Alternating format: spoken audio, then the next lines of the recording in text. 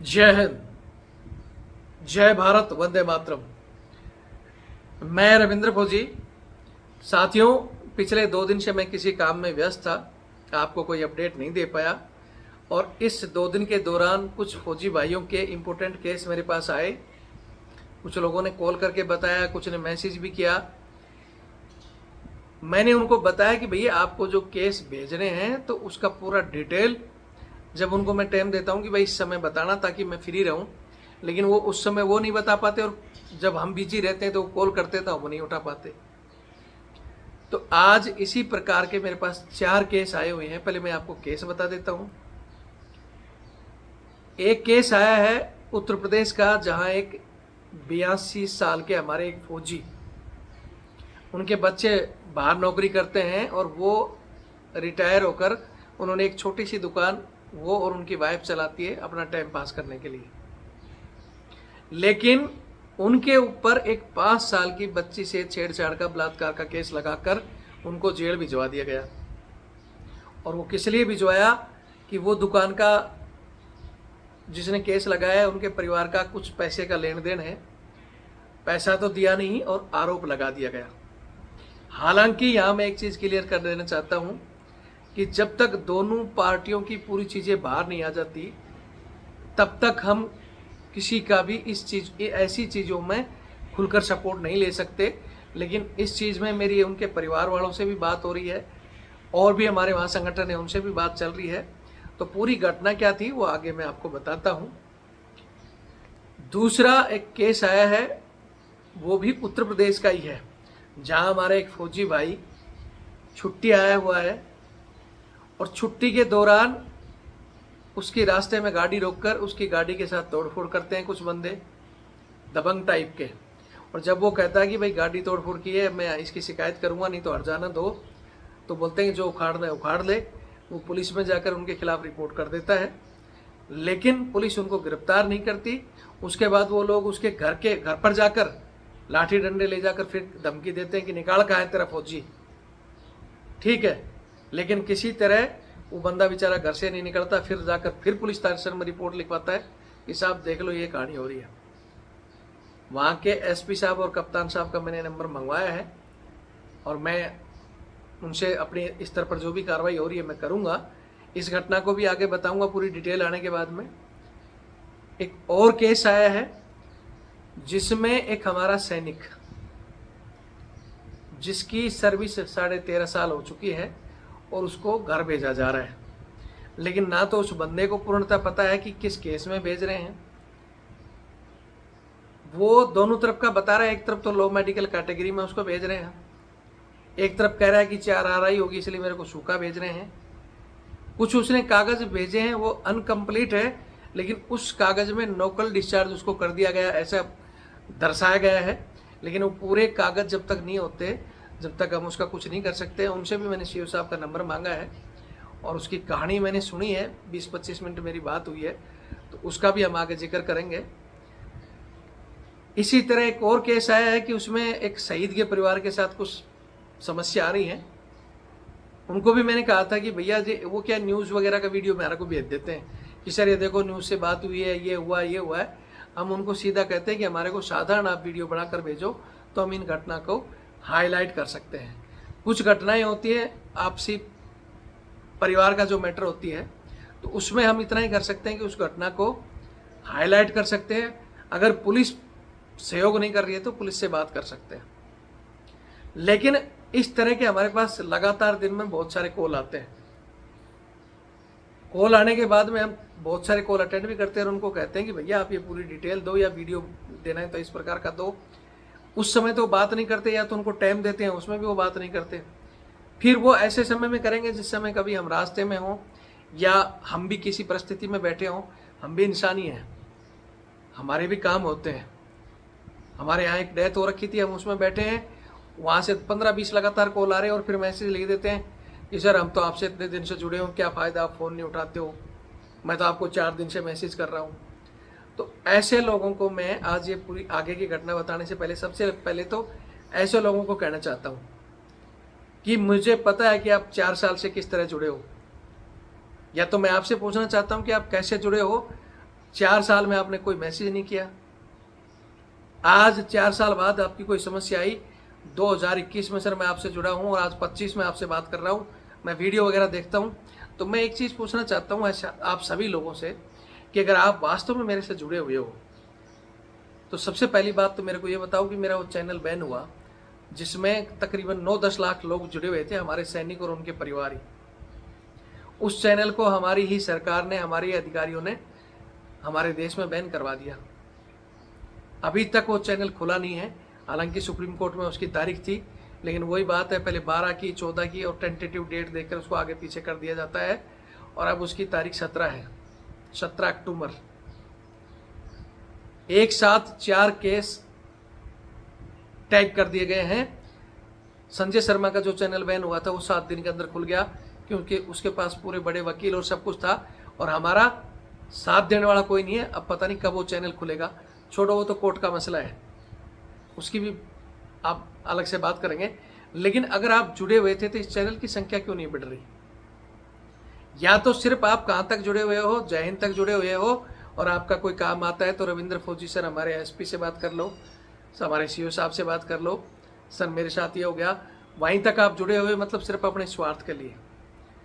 अरे आप, मैं मानता हूँ कई बंदे उसमें कमेंट्स लिखते हैं, आप फ़ोन नहीं उठाते हो, पैसे की बात कर सकते हो, करते हो क्या? एक साधारण, मैं भी तो सिपाही हूँ ना, कोई टाटा बिरला नहीं हूँ, कोई बड़ा आदमी नहीं हूँ। मैंने उस चैनल के द्वारा एक मजबूत संगठन, एक मजबूत शक्ति बनाई और उस शक्ति से अंग्रेजी मानसिकता की जड़ें हिला दी, सिस्टम को हिला दिया, सिस्टम को बदलने की कोशिश की कि सुधार हो। लेकिन वही बात है कि अंग्रेजी मानसिकता के लोगों ने सुधार करने की बजाय बोले यार चैनल ही बंद करवा दो, तो हमारे ये सहायक वगैरह और ये जो हम इनको दबा कर रखना चाहते हैं ये ऐसे कैसे चलेगा। उन लोगों ने कर दिया, लेकिन आप लोगों ने ना तो उसमें सहयोग किया कि भाई रविंद्र फौजी का चैनल खुल जाए, वो तो कोर्ट के हाथ में है, लेकिन ये चैनल की संख्या क्यों नहीं बढ़ रही? अगर आप वास्तव में जुड़ रहे हो तो सारे के सारे लोग आज इस चैनल में जुड़ जाते, हमें जरूरत तो नहीं पड़ती उस चैनल को खुलाने की। और इन अंग्रेजों को, जो अपने आप को आज भी अंग्रेज समझते हैं ना, उनके मुंह पे एक तमाचा पड़ता कि भैया आज का जवान पढ़ा लिखा है, आज उनमें एकता है। और वो देख लो फिर 8-10 लाख जुड़ गए और वो खुद समझते हैं कि हाँ अब ये एकजुट है।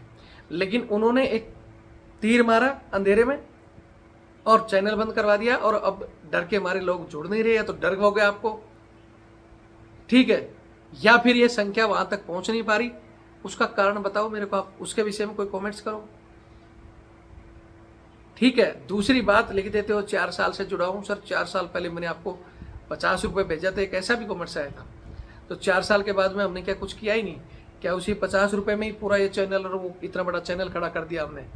क्या उसी में हमने इतने दिल्ली से जयपुर में यात्राएं करना, 3 बार दिल्ली में धरना देना, सुप्रीम कोर्ट में केस, हाई कोर्ट में केस, उसी से हो गया क्या? आप सबके सहयोग से मैंने बहुत कुछ किया था और बहुत कुछ कर सकते हैं, लेकिन सहयोग के बाद से तुम वीडियो छोड़ देते हो। रविंद्र फौजी तो पैसे मांगता है, फ़ोन नहीं उठाता मेरे पास। मैंने कई बार आपको कहा अगर हमारे पास तन मन धन सब चीज़ें हों तो हम ग्राउंड में एक बड़ी वेबसाइट, एक बड़ी टीम और वो चैनल भी खुल जाए और तरतीब से काम हो तो बहुत कुछ सुधार हो सकता है। लेकिन वहाँ आपको महीने 2 महीने में 150 रुपये देते भी दिक्कत आती है। तो आज सबसे पहले मैं फिर कहूँगा कि आप चाहते हो कि ये जो रविंद्र फौजी काम कर रहा है वो चैनल भी खुले और ये चैनल मजबूत हो और हमारी लड़ाई मजबूत हो और हम एकजुट रहे, तो सबसे पहले मेरा नंबर है 8290354513 8290354513। ये मेरा फ़ोनपे और पेटीएम से जुड़ा हुआ है। मेरा ये बार कोड, ये मेरा बार कोड ये इसलिए दे रहा हूँ कि आप सहयोग करोगे तभी हम कुछ कर सकते हैं। रविंद्र फौजी कोई तोप नहीं है कि आपने बताया गोला डाला और काम तमाम। सब चीज़ें सिस्टम से चलती हैं और सिस्टम को चलाने के लिए भैया आज के युग में सबसे ज़रूरत है पैसा। पैसा हो तो सब कुछ हो सकता है। सारे लोग थोड़ा थोड़ा दें तो अच्छा बजट आ सकता है, उससे वो चैनल भी खुल सकता है और इस चैनल को भी मजबूत किया जा सकता है। आपके फ़ोन सुनने के लिए हम 2 आदमी भी बैठा सकते हैं। अब अकेला रविंद्र फौजी तो जितना आता है, जितना कर सकता है वो कर ही रहा है। पहले आप अपने आप को देखो। मैसेज लिखने से पहले मैंने जितने भी लोग हैं जो सहयोग करते हैं उन सबके नंबर सेव कर रखे हैं। एक आधा हो सकता है छूट गया होगा तो मैं कह नहीं सकता, लेकिन सबके नंबर, सबके आगे मैंने लिखा हुआ है कब कौन सहयोग कर रहा है। सारी डिटेल हमारे पास रहती है। ठीक है।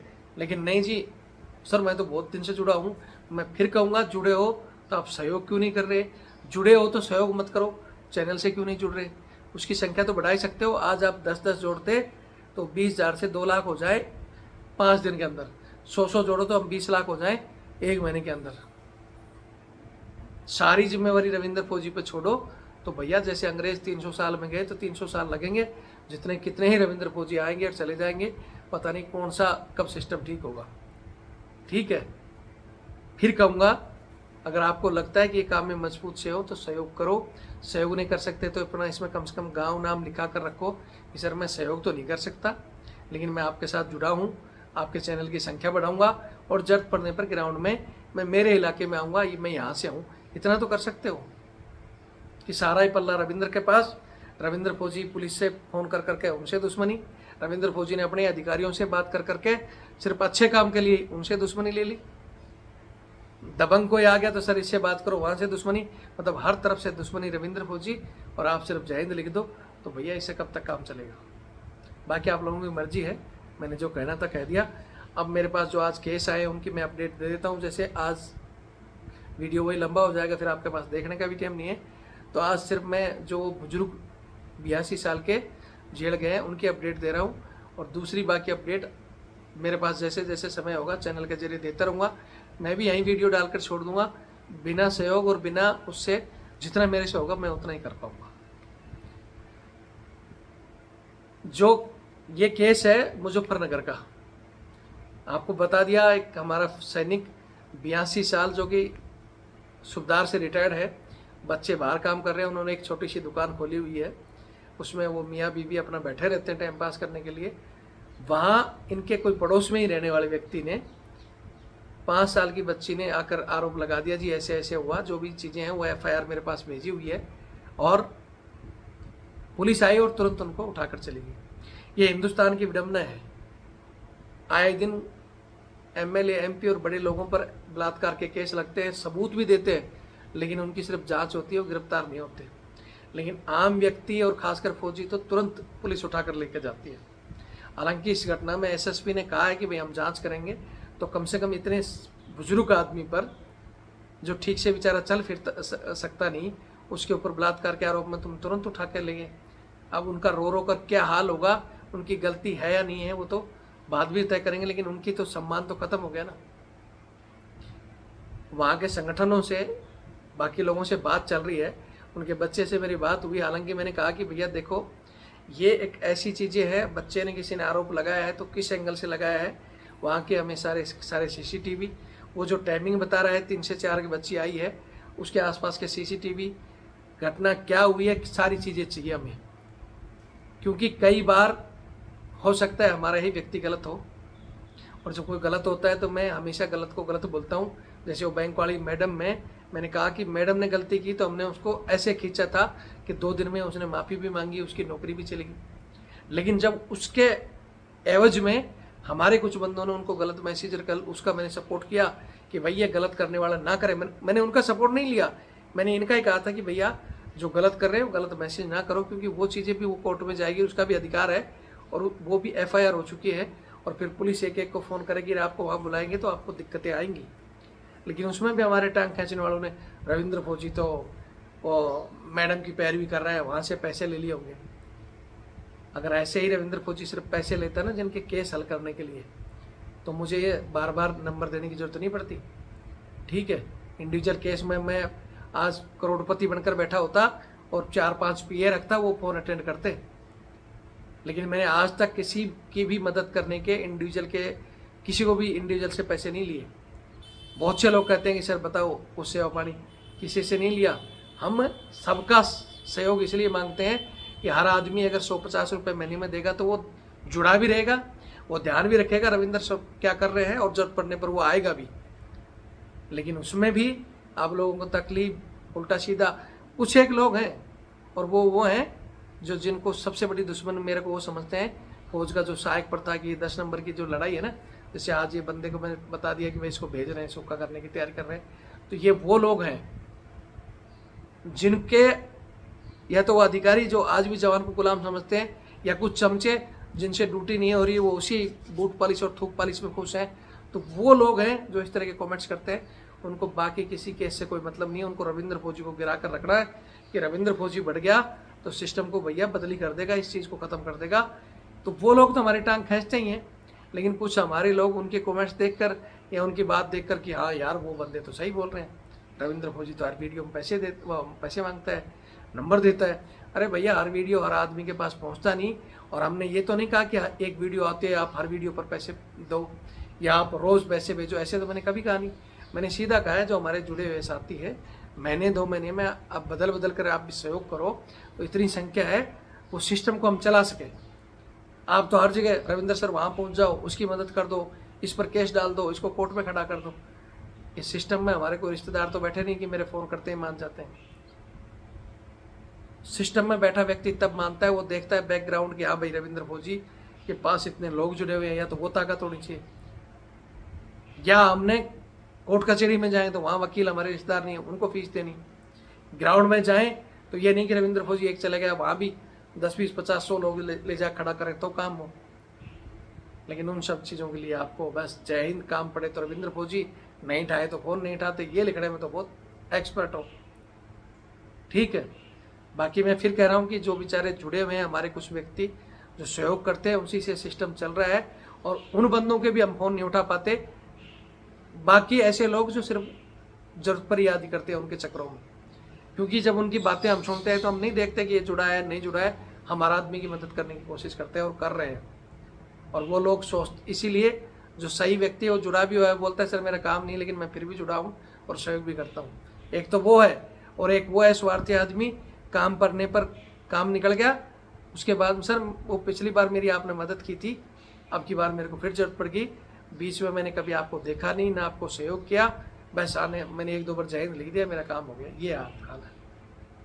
तो आज मैं फिर कहूँगा, वो बुजुर्ग का आदमी का इम्पोर्टेंट आज उसके लिए वीडियो था, वहाँ के पुलिस कप्तान साहब से बात हुई है, वो कह रहे हैं कि जांच कराएंगे, और मैं कहता हूँ कि जांच होनी चाहिए। जब MP MLA या मंत्री या कोई बड़े आदमी पर आरोप लगता है तो जांच होती है कई दिनों तक, उसके बाद वो गिरफ्तार होता है कोर्ट में जाने के बाद। लेकिन आम आदमी इसी तरह गिरफ्तार हो जाता है, जबकि इस एंगल में जो बता रहे हैं कि भाई इनके जो कुछ दुकान के पैसे हैं, कुछ इनके भाई का कोई काम था उसका, इस तरह कुछ पैसे हैं, और वो पैसे मांगे तो उसे एवज में आरोप लगा दिया कि भाई डर के या तो राजीनामा करेगा या पैसे छोड़ देगा। तो ऐसे लोगों को मैं कहना चाहता हूँ कि यार एक सामने फौजी आदमी है जो देश सेवा करके यार इतनी उम्र में बेचारा बैठा है, सहयोग कर रहा है, आप वैसे बोल देता तो वो फौजी वैसे छोड़ देता, लेकिन उस पर इस तरह का आरोप लगाकर आपने उसका और उसके परिवार का मतलब बिल्कुल जो रिस्पेक्ट ख़त्म कर दी। ऐसे लोगों को अगर ये गलत आरोप हुआ तो हम इन लोगों का ज़रूर कुछ ना कुछ अच्छे से वो करेंगे। और मैं फिर कह रहा हूँ, हो सकता है वो सही बोल रहा हो, ये थोड़ा सा जांच हो जाने दो। मैंने वहाँ के कुछ वीडियो CCTV मंगाए हैं, उनको बताया कि ये चीज़ें होनी चाहिए, अगर कोई भी प्रूफ मिल जाता है तो फिर हम खुलकर इस चीज़ों में लड़ सकते हैं। लेकिन कुछ ऐसे केस होते हैं जो आपके घरेलू चाचाताओं के झगड़े हों या इस तरह के कोई आरोप हों, जब तक उसमें हमारे पास कठोर सबूत नहीं होंगे, क्योंकि दोषी कोई भी हो, सरेआम अगर ऐसा काम कर रहा है तो उसका किसी भी एंगल से सपोर्ट नहीं कर सकते। आप निर्दोष हो, आपके लिए ज़रूर लड़ेंगे। आपके साथ चाहे कोई कितना ही बड़ा दबंग हो, कोई पुलिस हो, चाहे अधिकारी हो, परेशान कर रहा है तो उसके लिए खुलकर लड़ेंगे, जितना हमारे से हो सकता है उस हिसाब से। ग्राउंड में आना है तो ग्राउंड में भी लड़ेंगे, कोर्ट में भी आपके साथ, हर जगह लड़ेंगे। लेकिन उसके लिए आपको भी उसी तरह हमारे से जुड़ना होगा। आप जिस तरह जुड़े हो उसी तरह हम आपका सहयोग कर सकते हैं। हालांकि हम तो जिसने सहयोग नहीं किया, जो नौटंकी करते रहते हैं बहुत से लोगों ने, आप ऐसे हो फलाना हो, जब काम पड़ी तो उनका भी मैंने नंबर सेव करके रखा है।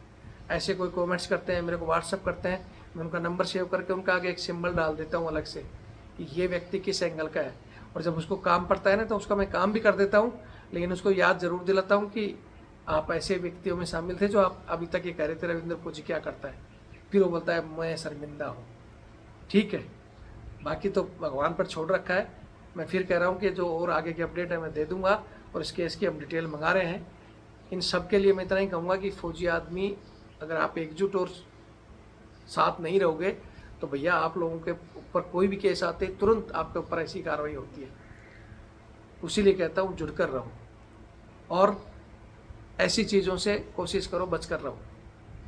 बाकी वीडियो देखें, आगे की जो भी अपडेट आएगी आपको मैं दे दूंगा। वो 3 केसों की ओर मैं अपडेट मंगाकर अगर समय रहेगा तो आज ही आपको अपडेट दे दूंगा, और नहीं तो मैं बता दिया कि मैं भी किसी काम में थोड़ा सा व्यस्त हूँ 1-2 दिन के लिए, ठीक है। और फ्री होते ही मैं खुलकर जो जैसे पहले लड़ता था पूरा टाइम में देता था वो देता रहूँगा। जय हिंद, जय भारत, वंदे मातरम।